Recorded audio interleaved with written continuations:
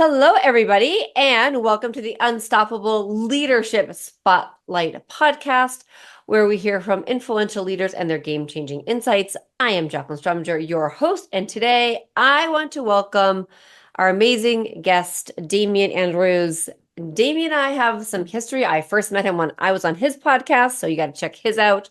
But a little background on Damian before you get to know more about him from the podcast is that he is a CEO, international speaker, best-selling author, philanthropist, say that 10 times fast, father, and a person who loves to make life simple and easy and create business steps to grow your revenue and profit. He speaks to audiences around the globe, bringing a fresh life to often overlooked fundamental principles essential for rapid success. So welcome to the show, Damian. Share a little bit more about yourself. We've got I know you and I have some amazing things happening coming up. Yes, we do. We do. A book launch coming very soon. But yeah, my background, I went to school like most people. I didn't like it like most people. I left school because the army recruitment people came around and they gave off a job. So I took that and said, this is the way to get out of school. I did that for 4 years and that was fun, jumping out of airplanes and doing all kind of things like that. I ended up posted to where the special forces are in Australia. So I got to do a lot of really exciting things. Realized I looked at people 10 years my senior and realized that's not what I wanted to be in 10 years time. So I got out of the army. I was flopping around, not really doing much. I was in Perth. And a friend said, "Oh, there's good money in the mines." And I went, "Oh, that sounds like fun." So I decided that I was going to get a job in the mines. And I wrote an application. I'm a lot older than I look. I wrote an application and handwritten. I didn't have a computer at the time, and there weren't many computers at the time. I And what handwritten, about a typewriter? yeah, yeah. I didn't have a typewriter. I handwrote a letter of Weird. application, Wow, you sent look that off. really good for your age, Damien. Thank you. No filters turned on either. So I handwrote in a letter about. I identified who were the biggest contractors. There was 5 contractors, and I handwrote an application to them and sent that off. And then the next day, I handwrote another application to each of them and sent it off. I did that for 2 weeks every day, and then one of them called me up and said, "You seem keen. Why don't you come in for an interview?" I got a job. I went up and worked in the mines. Did that. It was a lot of fun. But then got a bit homesick. I came back to Melbourne, which is from country Victoria, but Melbourne's capital here. I came back to Melbourne, studied commerce, accounting, and law. Again, I wouldn't recommend them for fun, but I would highly recommend having some of that knowledge if you can operate in business. And then I worked in corporate recovery for probably about 9 years, which is, I saw myself as like Richard Gere from Pretty Woman, where taking over companies, breaking them up. I had more hair back then. And Just like Richard. and then I had it just fell in that there was an opportunity to do some consulting myself. So I took up that opportunity. It was there. I noticed it and I gave that a go.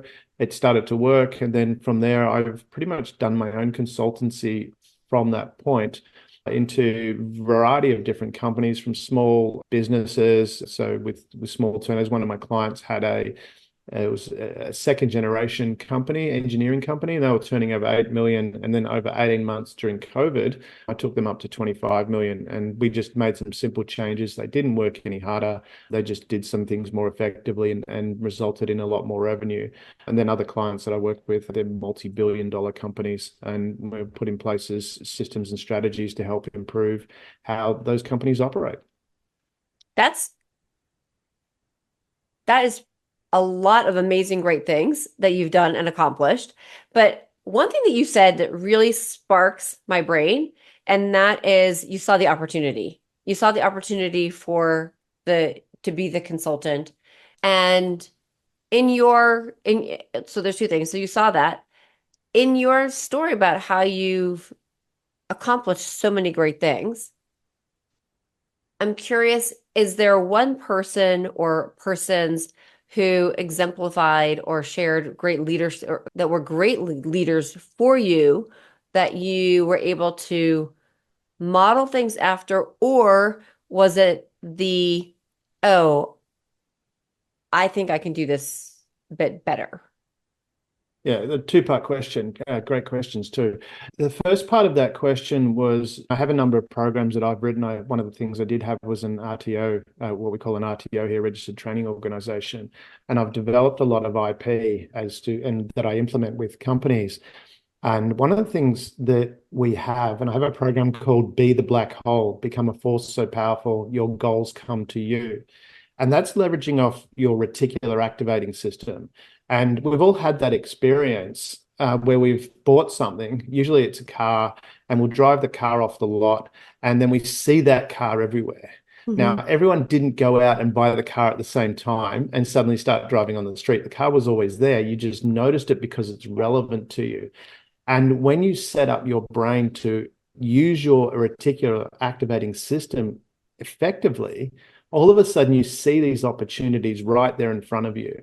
And that's a simple process of training your unconscious mind, because a lot of times we learn consciously, but we don't learn unconsciously. And that's why you've had a friend who's had that experience and said, I've had a learning experience. And then next week you watch them go and make the same learning experience because they didn't learn.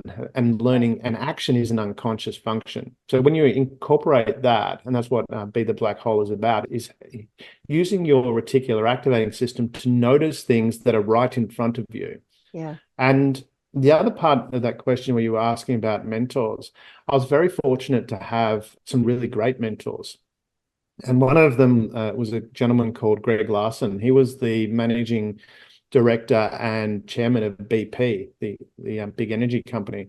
And we used to have lots of chats and things like that. I remember a couple of times sitting on a park bench and we'd just be chatting and he'd be giving advice, which was fabulous. One day I would always, there'd be times I'd ask him questions via text. I'd send him a text message, ask him for advice. And most of the time, actually all the time, except for once, he would not respond for a couple of days.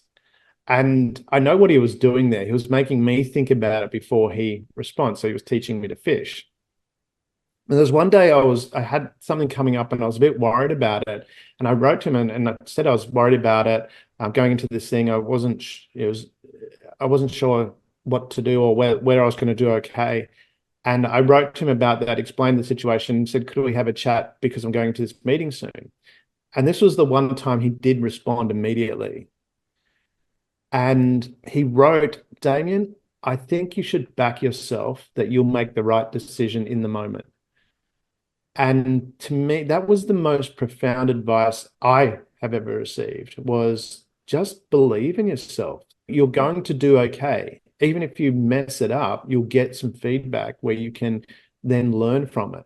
But in that moment, you're going to do the best that you can do and you'll get feedback. You'll be able to learn from it, but walk in there knowing that you're going to do the best that you can do with the knowledge you have.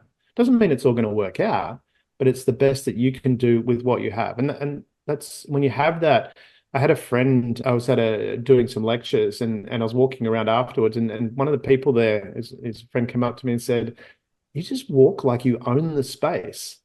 And that's where that came from, was in any moment, I own the space that I'm in. And I'm not reactive. And that's a really important thing. It's a high level of emotional maturity. I remember on a project, there was an old guy on there. He was the QS, the quantity surveyor for the client.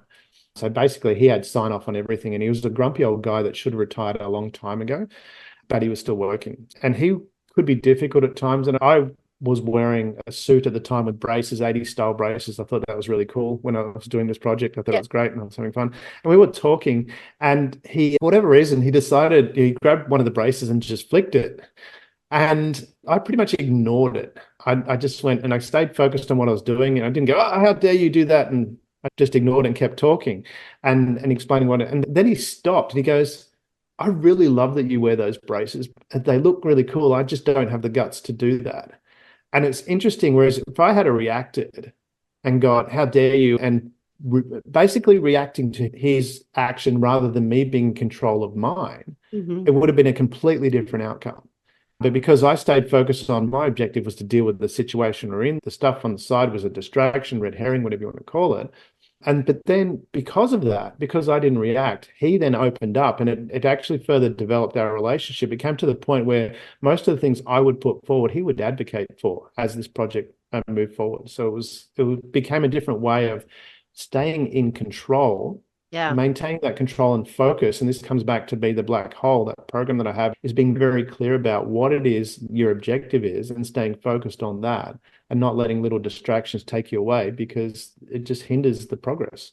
You said some really there's a lot of great nuggets in there, and I love that story. And I just visited my daughter in at college, and something that you said just made me think and to bring it not just in business, but in life itself. We have to believe in ourselves, number one, and to be focused on what you want and not reacting, but and that's so important because so many times in business, you walk into a meeting or you may be feeling nervous about commanding the attention of the room. But if you just almost take a few deep breaths and relax and believe in yourself, that fear goes away and the pride and the joy comes up. Or maybe you see somebody that they're on your chicken list, or there's somebody that you like, oh my God, I love that person. I'm intimidated by them. But then you think, why should I be? They're human. I got to believe in myself and they should want to hear from me because of who I am. And then you go up and you approach them and you feel great. And and even what you just said, and then on top of that, what made me think about this weekend, I just visited my daughter, is what you just said, the best you can do. And I think that is so important because we are not perfect humans, but having great leadership can help people bring out the best in us and also know that whether it's a test we're taking, a project we're working on, we we inherently will always want to do the best we can do. We don't start out a project or doing something thinking, "Oh, I want to fail this test," or "I want to screw this up because I want the building to fall over," or whatever it is. But knowing that at that given moment, at that given time, under those given circumstances, you are doing the best you can do. And one of the things that stood out for me, one of the quotes that stood out for me was from Bon Jovi, where he talked about when him and the band were starting, he said, you have to think that you are the lead act.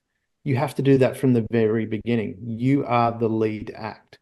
And it's something that we look at and we idolize people.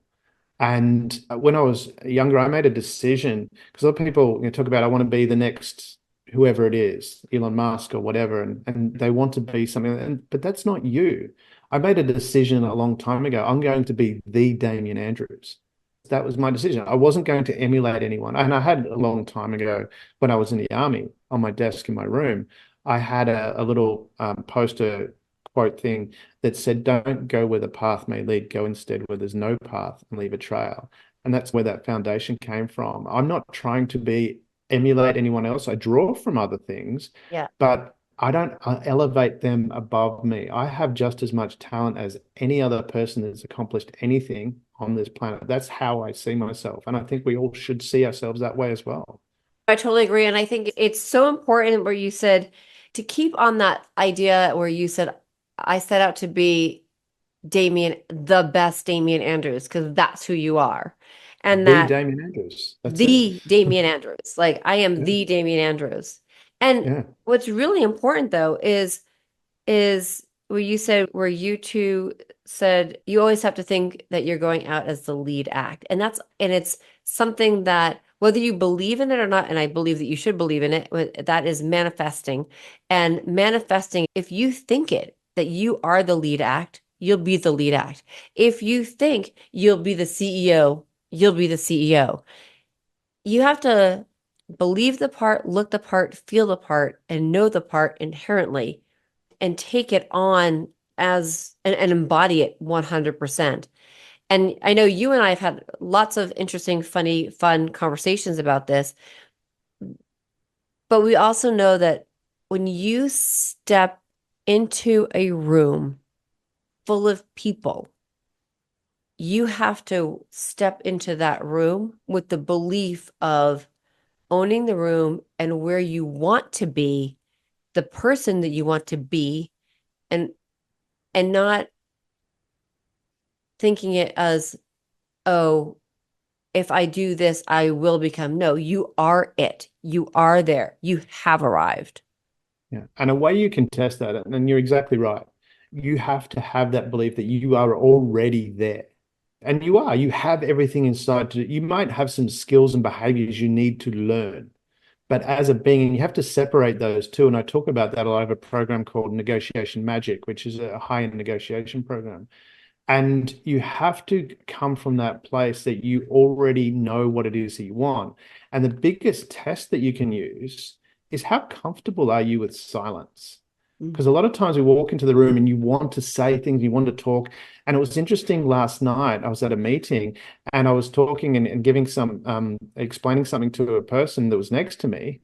And that person started talking. We've had a long relationship. And as normal, he would normally talk and say things and a lot of extra things. And it was funny because he started talking. He goes, actually, no, I need to shut up and listen. You finish. And it was like he'd made that shift of going, this is the place you want to be in. The person talking most in a room is not the smartest person in the room. It's the person that's listening is the smartest person because they're gaining the information. And this something that's really powerful we don't realize, a lot of people don't realize, is that listening is most important. That's gaining the knowledge is most important, especially when you're negotiating. Really important to gather information. But you go into a lot of situations and people are trying to prove how smart they are. And it doesn't matter what other people think. And this is where, and I'm really grateful, I hated it at the time when I was a little kid. My mum, she'd always say, it doesn't matter what people think. And at the time, she wore these beanies, which were, at the time, this was before beanies were cool. And so she wore these beanies and I'd hate it. And don't wear those beanies in front of my friends. And she'd be like, doesn't matter what other people think. But that was such a powerful life lesson that if you can own your space, not worry about what people think, and react, a lot of times react, and I deal with this a lot in social media, where people make, because social media, people aren't accountable, so they say whatever they want. And if you react to that, again, don't be reactive. React in a way you want to react. Control your press. And so if you get all emotional and say, how dare you say that about me? You're actually not in a strong position. Whereas say, yeah, I appreciate that's your opinion. Thank you. And move on. And that's what gives you power, not being reactive to what other people think. You owning your space. And I learned that from Wayne Dyer. I've never met Wayne Dyer, but I consider him one of my mentors. And he talked about how you need to treat yourself like you are. You mentioned at the time $50,000 vase, which is probably a lot more expensive now. And you would treat yourself with respect. And notice it said treat yourself with respect, not demand other people treat you with respect. So it becomes, he said, you have an inner candle flame, and it doesn't matter what people say. It's like volleyball. You're playing volleyball. Someone say, how dare you do that? And you could, or you should have done this or whatever. And they make some accusation. And you can say, how you can't say that to me. And he said, it's like volleyball. They hit the volleyball to you and you can take it and smear it all over yourself and say, how dare you? Or you can hit the volleyball back and say, you didn't like what I do. It's their issue, not yours. And this is that whole thing, I think, today where people get offended. It's you only can be offended if you take it on board. If you don't take it on board, how can it offend you? It's offending and embarrassment. It's a feeling, an internal emotion that you feel, but you don't have to feel it and you take it on. Well, It's and that's that thing with embarrassment as well. We've probably all done it. I know I've done it a few times. We're walking down the street and you trip on something stupid. yeah. And you can get embarrassed by that. But when I made that shift, when that happened, I'd trip and I'd get up and go, yeah, and people would clap because Or where did they put that crack in? Make a joke out of it. Oh my God, did you see they just put that crack in the road or whatever it is? exactly. And you make, if you make light of it and own that you are human and you will make mistakes and that's okay. People respect that. So speaking of mistakes and leadership, how do you look at quote unquote mistakes when you are, I guess it's twofold. One is with people on your team and within yourself. Well, mistakes, that's a very good question. And there's a lot to that question. Yes, it's a loaded question for a reason. Yeah. But there's mistakes that come from incompetence. And I'm using that, it's a brutal term, but we have experience. And if you step into, and I've done that where I've done a number of legal cases and I've been involved with them. And there's times where I've stepped into the ring. And as the judge rightly said, it says, you're clearly not as experienced here as some of the other people. And this area is I see your point and you're right on this part, but on this part here. And I actually got extra things, but as a result, it could have been done a different way. So we got costs awarded against us for that because we hadn't taken things we missed part of that element. So that's a mistake. And that comes from inexperience in that space. It worked out all right in my case, but it's one of those things where inexperience can lead to mistakes because you just don't know. The other thing is things can come out of left field. So I wouldn't put them as mistakes, but everything in that regard I'd treat as feedback. Again, last night at the meeting I was at, someone piped up and said, actually, the batter's closed. And it ruffled a few feathers and things like that. But what he'd missed was they'd said, we actually haven't voted on this yet. It sounded like they were voting on it, but they actually hadn't. They were just gathering some more information. Huh. If he had have rephrased it and said, coming back to asking questions rather than making bold statements, saying, should we be doing this at this stage? Haven't we voted on this? That would have gathered information, and therefore he wouldn't have made a mistake. He would have actually gathered information and got clarification. And so that's where, as a leader, a lot of it is about listening and asking questions. Yes, you have to have a vision. That's a completely different topic to the mistakes. You have to have a very good vision and be clear in the direction that you're going. But then you want to be taking on as much feedback to work out, are we heading in that direction? Because the sooner you can identify that something's a little bit off track, and like an aircraft, you're mostly off track. It's constant correction. So with that, I wouldn't treat things as mistakes when you've got the competence. I would treat that as, how do we gather more information so we can correct our course? Because you'll be constantly correcting the course if you're moving towards a particular direction. It's so true. And really, mistakes are ways to learn. And a great leader, and we've talked about this, a great leader helps people understand that it's not a mistake, it's not failure, but it does make you more resilient and it does help you learn so that the next time you have more of that knowledge so that you have the knowledge to pull from it. So it changes what you know. And that's where you added another word there. It was failure. And failure is only when you give up. Right. So that's completely different. And I talk about that. And there's a reason my first book, Get the Cheese, Let the Other Mouse Go First, opens with Shakespeare's quote from Hamlet: nothing is good or bad, thinking makes it. And deliberately so, I put that in that book, because a lot of times people say, I've got to find the good in the bad. And to me, that's really inefficient, because that has a presupposition that it's bad. Mm.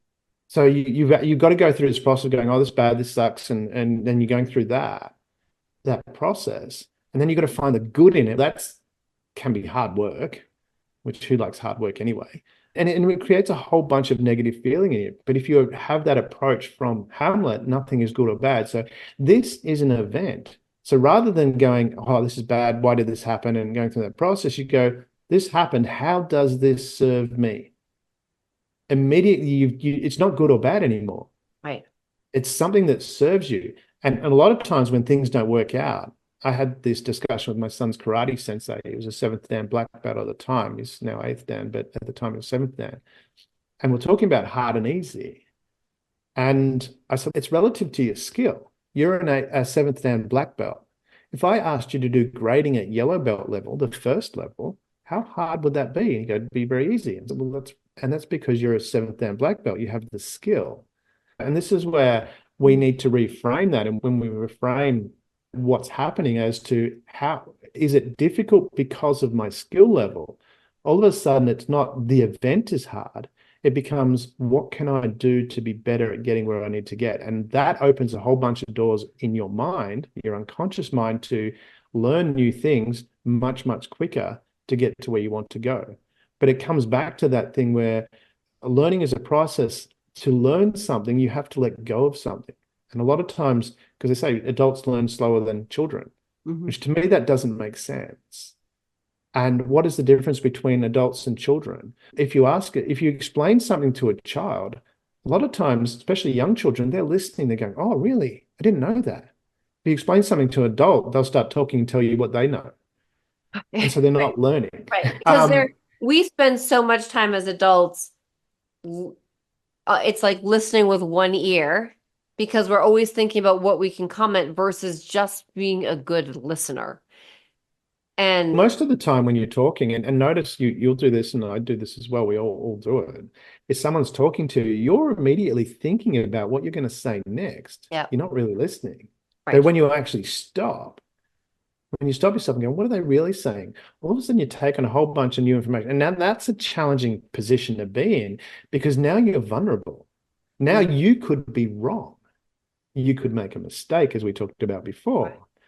But if you actually listen, you all of a sudden you gain new information. And it's about taking that time, owning your space. This is my space. So I'm listening. I'm not necessarily going to go down that path, but I'm going to fully assess it. So you own the space, you take the time, listen, and go, does that fit? And this comes back to assuming you have an objective, and a lot of people don't have written down goals, is does this fit with my objective of where I'm going? And that becomes the assessment. And when you listen, you actually take that on board and you learn things you find so many different ways of achieving things much quicker, and your life becomes really simple. Yeah,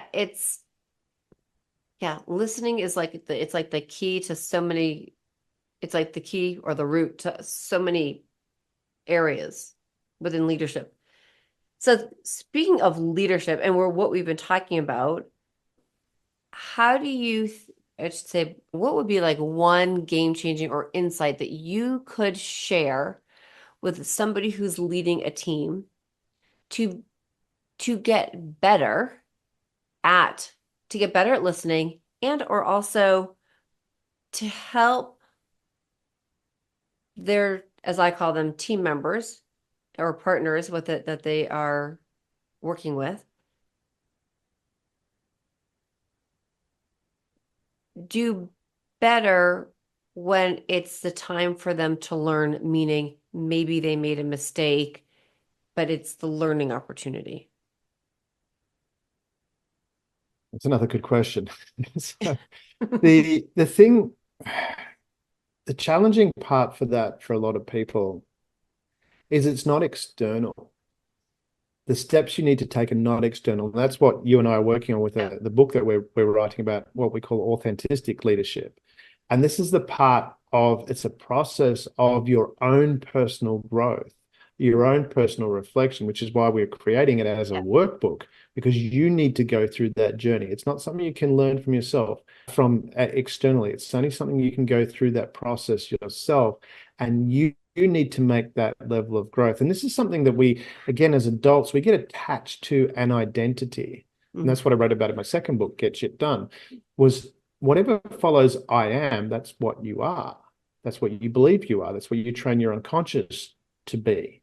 And when we hold on to that, it becomes very difficult to change. So as a leader, to be more effective, it becomes a personal growth as to, okay, my job as a leader is to guide the ship, to set the vision and guide the ship.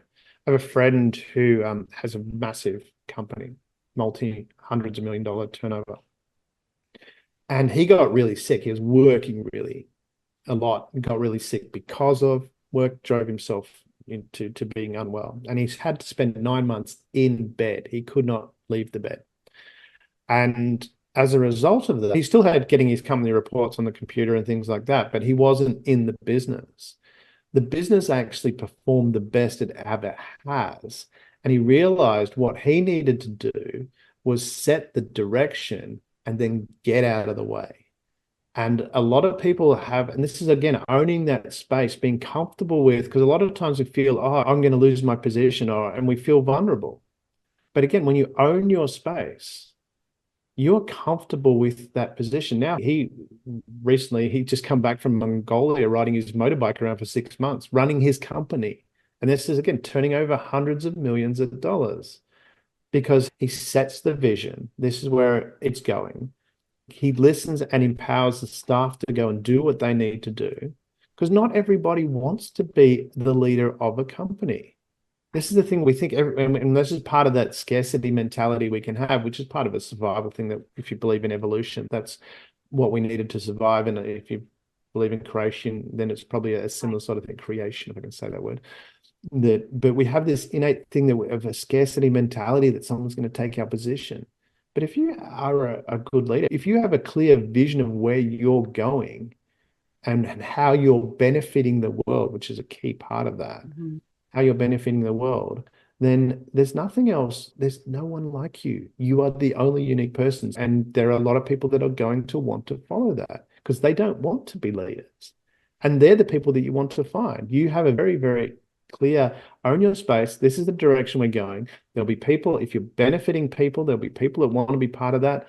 And we were talking in the pre-show about some little things that we've got happening here. And I've got people running around doing all sorts of stuff because they're just passionate about it. And they're asking me, should we do that? And I said, what do you think? This is the overall objective I want to achieve. How do you think that will work? Go and create. And they're running around and they've come up with some fantastic ideas. Just go and be. And they just, because they feel empowered. And that's what you want to do. Because a lot of people don't feel empowered, but you give them that space where they can feel empowered. They just flourish and just go because that's what they want to do. But instead, you don't have to feel threatened that they're going to take your job because most people don't want that anyway. That, Damian, that is so true. And that is to me, that's like the best advice. We talk about this a lot, and sharing a vision, setting direction, and empowering your people is so important. You need, as we say, chiefs and Indians. Not everybody can be a chief. Not everybody is Not a everyone CEO. wants to be a chief. I think everyone Right. can, but a lot of people don't. I know You know people what? that have gone out and started businesses. They were technicians type people, and they thought I want to start a business. But what they realized in starting the business was they loved being a technician. Right. They didn't love being a business owner because it's a completely different set of things you got to do. And Right. not everyone wants to do that. And I think that's the key thing is that, and leadership is what you just said, which is setting direction and vision, empowering people, but also knowing the people that you have in your tribe and helping them continue to find their vision and their purpose, and help those who might want to go up and those who are happy in the work do the work. And there's a great balance of that. But it's finding that within and it's also finding that within ourselves. And great leaders help us know what that is, right? Or help us find that. And part of that is helping people have that. When you say helping them find that, is exactly right. Finding something in there that they didn't see. And Mhm. some of that can be guiding as well. And this is a very technical, well, not very technical, very rudimentary example. Was one of the little projects we got here is creating some signs. And it's a little community group that I'm working with. And the people are really passionate about these signs that we're going to create.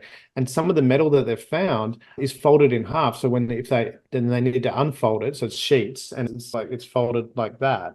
And it needs to be like that. And one of them was saying, well, if we fold it like this, it's going to have a crease in there and it's not going to look nice. And he was getting really stuck on that it had to be this perfectly flat thing. And I said, what if that crease actually meant something? What if you symbolized something? Because it's art. Art can be anything. Right. You just put some meaning behind that. And so I did a little bit of research as to what that could mean. And it could mean resilience and strength because it's been bent and straightened again. And so we come up with a number of different ways of explaining that and put that in there. And that's part of what the leader does is go, let's explore that. But that comes from listening. He had a concern. He was Right. worried about it. So it's not, don't be stupid. That's not the response. You go, well, okay, that's a point. You're concerned about not being creased, but could that mean something? Asking a question. Right. Asking questions.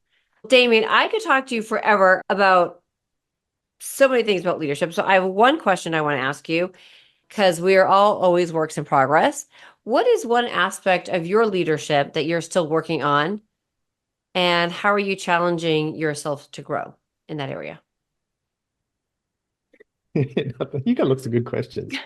It And helps. it's one of those things that always comes back to one of the things I learned too late in life because I was very, when you do personality tests, I was a very hard person. It was like straight to the point. And I actually had a friend call me once and she called up and she said, I'm calling you because I know I can ask the question. I don't have to have long-winded conversations about stuff. I can just get the answer.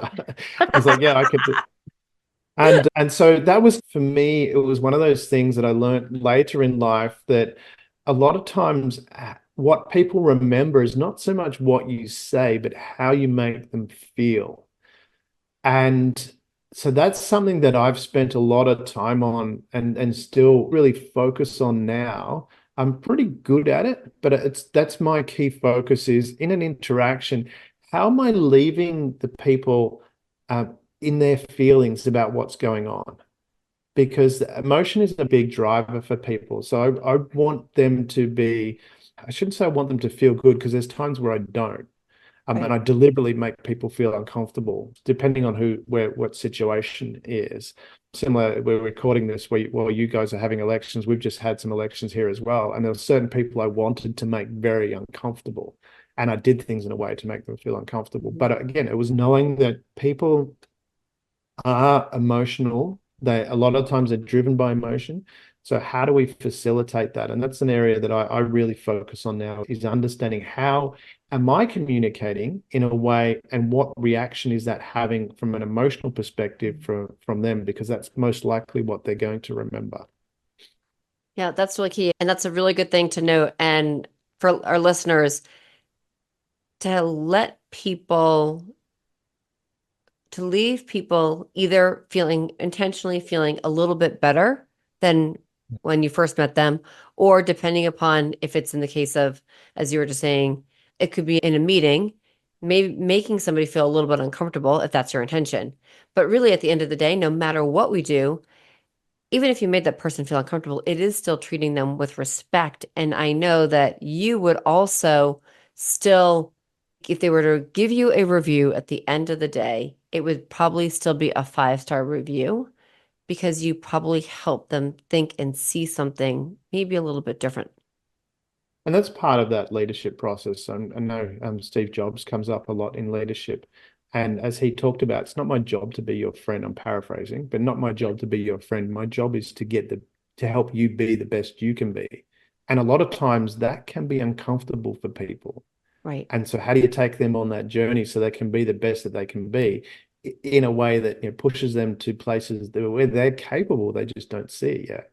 And some people will thrive in that. Some people need a little bit more pushing. Other people, will back off because it's not what they want. And you just need to be mindful of that. And that's part of leadership as well. It's not your job to craft everyone into a mold that's going to work because some people don't want to do that. Some people you need to let go because they're not going to fit, they don't want to fit, and that's okay. Yeah, no, that's great. So, Damian, thank you so much. Where can people find you? Listeners, seriously, go in and check out Damian. I know he's on LinkedIn, but where can they find him? Where can they get your books? All If you those great put my things. name into any search engine on most of the links on the front page, but my website is damianandrews.com, which has links to all the programs that we have. It has the links to the books there. The books are available on Amazon and a number of other different locations, but it's definitely on Amazon. And the podcasts that I've done, if you search Damian Andrews podcast, there's a couple of podcasts there to check out. And my YouTube channel, which is the @ Damian Andrews 501. And you'll see lots of great videos there. And I've got a whole new series coming very soon, which is going to be really excited about that. It's a whole new different take on things where, yeah, I'm not going to spoil it, but there's they're going to be short. There's going to be a lot of things you can relate to from pop culture. It's going to be very exciting and really exploring, how you can be how you can really simply get to where you want to go. Because my key philosophy that I draw from is from Confucius, where life is very simple, but we insist on making it complicated. So Right. let's stop making it complicated. Yeah, that is perfect. Listeners, take some time and go Google and find Damian Andrews on all of the socials. Grab his books because they are really great. And of course, we do have a book coming out together. So when that comes out, we will let you know. And with that, thank you so much for listening to the Unstoppable Leadership Spotlight podcast. I'm Jaclyn Strominger, helping you be unstoppable.